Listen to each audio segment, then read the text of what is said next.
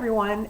If you're having problems logging in and seeing assignments from your teachers, let me show you a quick trick to make sure you're logged into your school Google account.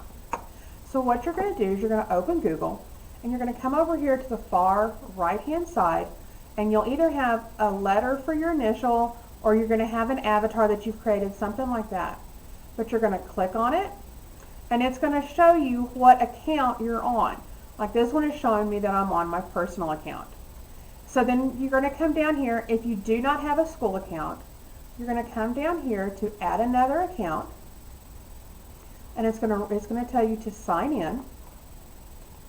And then your school account is the first 5 letters of your last name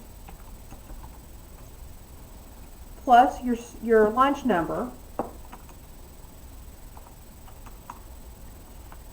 at student.aisd.net. Then you're going to click next. Now notice it's showing me that I can't find that account.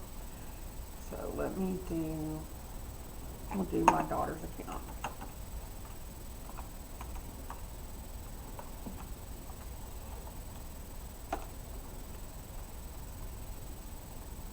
It's going to take you to Rapid ID. You're going to log in again, and when you log in again, it's going to take you back to your Google page, and you will be in your school Google account.